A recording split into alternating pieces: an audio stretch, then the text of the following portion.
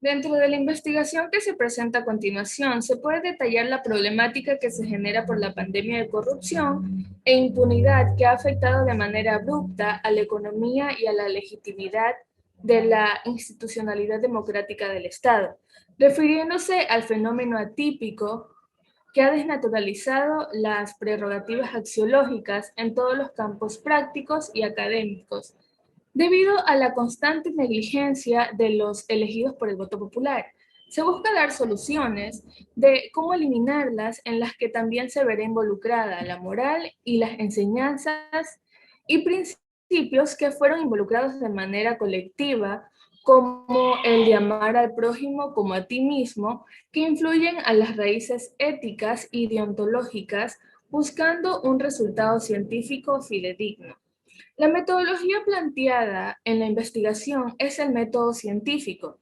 ideado por el filósofo racionalista René Descartes, ya que permite formular la predicción que buscamos y de tal manera pueda consagrarse como una regla o consecuencia lógica. La hipótesis estudiada para la investigación es que un posible método ciudadano o interés ciudadano para hacer frente a la pandemia de la corrupción es fomentar que refranes comunes tales como ama a tu prójimo, ama a tu prójimo, ama a tu prójimo como a ti mismo, que, re- que reviste una fuerte fondo de prácticas éticas y morales y deontológicas, pasen a ser una ética de máximos compartida por solo ciertas partes de la sociedad que siguen sistemas morales filosóficos y religiosos complejos a una ética de mínimos compartida por todos los sectores como una verdadera aceptación, también como posible solución de ontológicos puestos para la hipótesis planteada en el trabajo, mantiene que serían una herramienta efectiva. Gracias.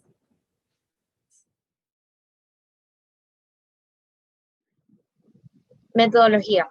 La presente investigación, teniendo en cuenta que el conocimiento científico debe hacerse a través de un método y esta metodología debe aplicarse con la razón para obtener nuevos conocimientos, se propone realizar una predicción de posibles soluciones sobre la pandemia de corrupción e impunidad que aqueja a nuestra sociedad y economía y la pérdida de legitimidad en la institucionalidad democrática del Estado.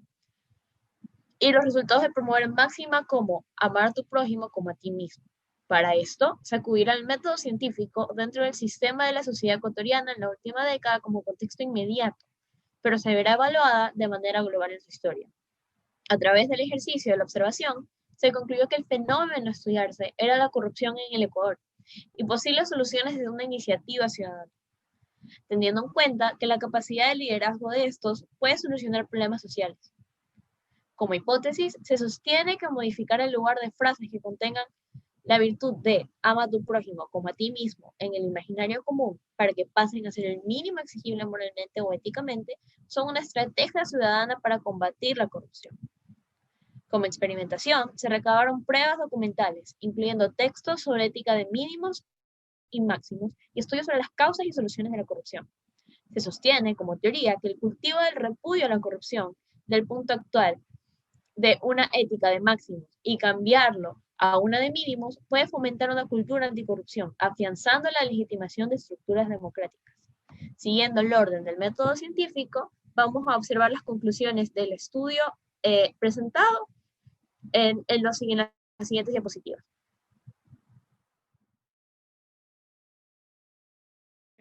La epistemología forma parte de una rama filosófica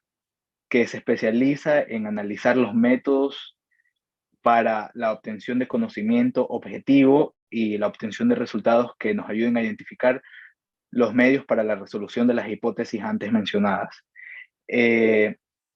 en nuestra área de estudio, en el área de estudio que nosotros seleccionamos, la epistemología abarcará el conocimiento científico, su contenido, la posibilidad del desarrollo, los rangos de alcance y su fundamentación como tal. Eh, las áreas de estudio que constituyen epistemología son las circunstancias históricas, psicológicas y sociológicas relacionadas a los casos ya mencionados de corrupción y a las relaciones fundamentadas en la deontología y y en la fe. Por la naturaleza epistemológica del mismo trabajo, las investigaciones dentro del campo histórico utilizarán instrumentos de análisis, observación y comparación, que permitirán estatuir de manera objetiva la evolución histórica que han tenido los actos de corrupción y en la medida que en los ambientes sociales y los actores sociales eh, han dado cabida a que se vayan desnaturalizando cada vez más los campos de trabajo públicos y privados. La medida en que se sanciona la consumación de los mismos o se ha permitido su consumación a través de definiciones claras y precisas de los conceptos epistémicos más usuales, como verdad, objetividad, justicia o justificación. Las teorías del conocimiento también forman parte de esta ciencia porque teniendo en cuenta la virtud del carácter bíblico escogido para la elaboración del tema, ama a tu prójimo como a ti mismo, posee importantes prácticas éticas y morales, en el sentido de condensar la máxima ética que practica la empatía y la reciprocidad, y la deontología en el sentido de que se enmarca como un deber del actuar humano.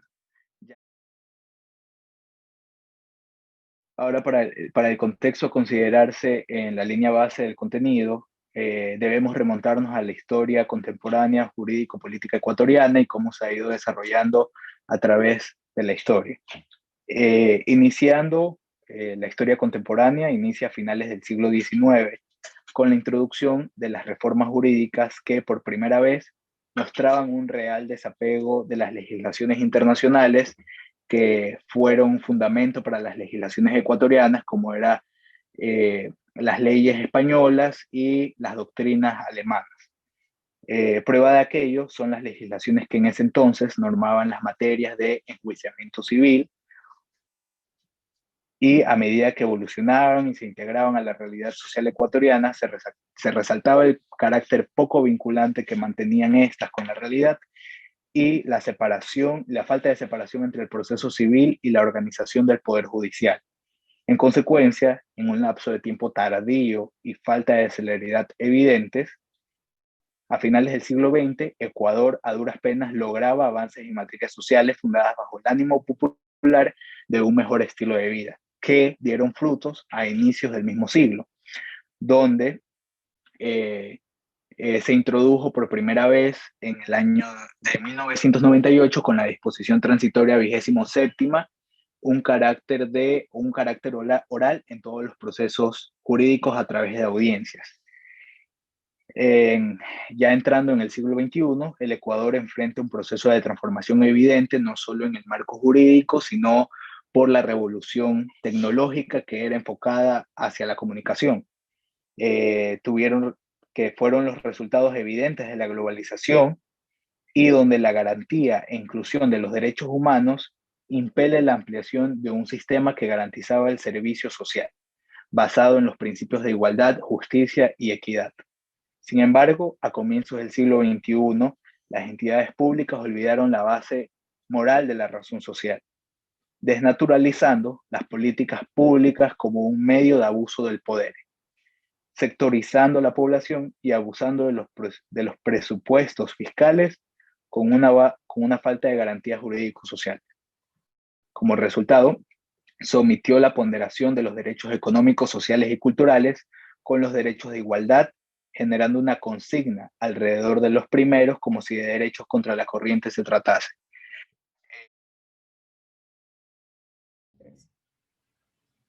En el Diccionario Panhispánico del Español Jurídico se define la corrupción como un comportamiento consistente en el soborno, ofrecimiento o promesa a otra persona que ostenta cargos públicos o a personas privadas, a los efectos de obtener ventajas o beneficios contrarios a la legalidad, o que sean de naturaleza defraudatoria.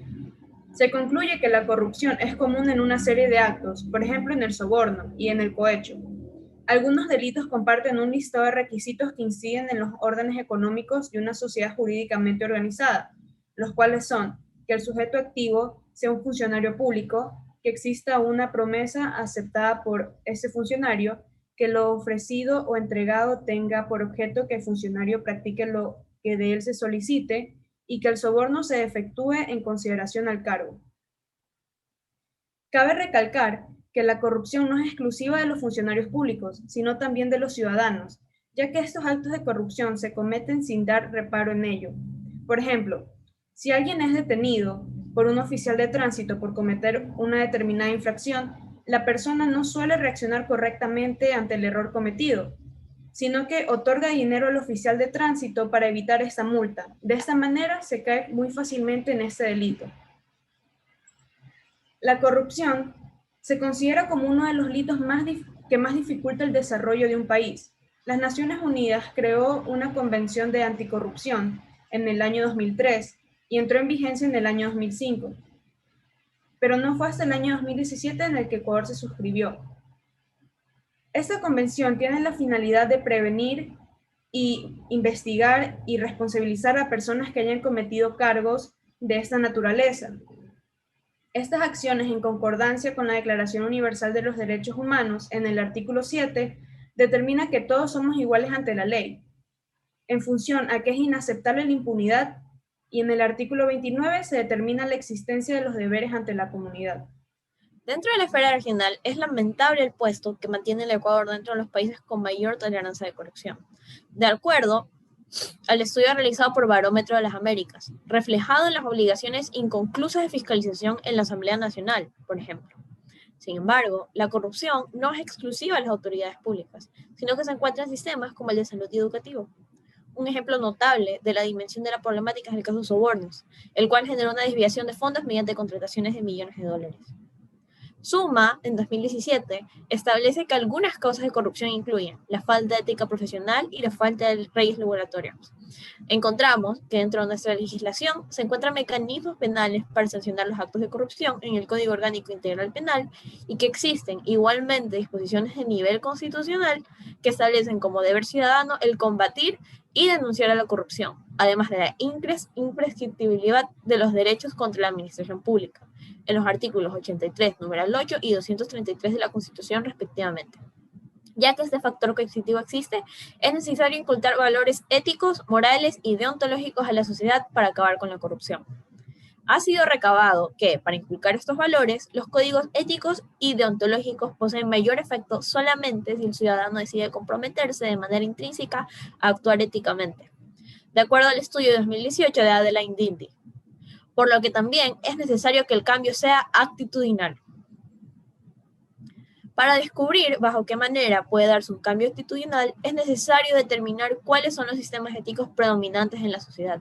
incluyendo el utilitarismo y el obrar derivado del imperativo categórico kantiano. De acuerdo al estudio realizado por Dindy, las nociones utilitaristas son poco favorables para la corrupción, pero las de tipo categórico pueden favorecer a la corrupción si se le acepta a esta como ley universal. Esta dicotomía es, por tanto, desaconsejable.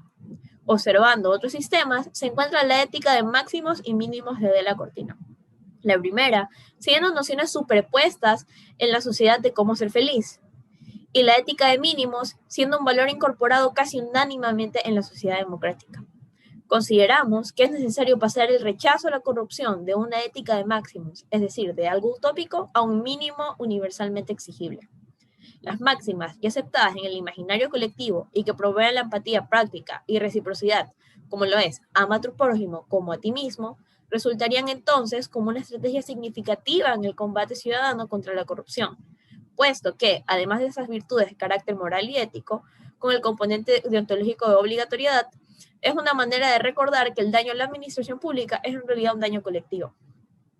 El resultado del cultivo de esas virtudes es el obrar con justicia y respetando la ley, fomentando una cultura anticorrupción desde una máxima ya aceptada por parte de los ciudadanos.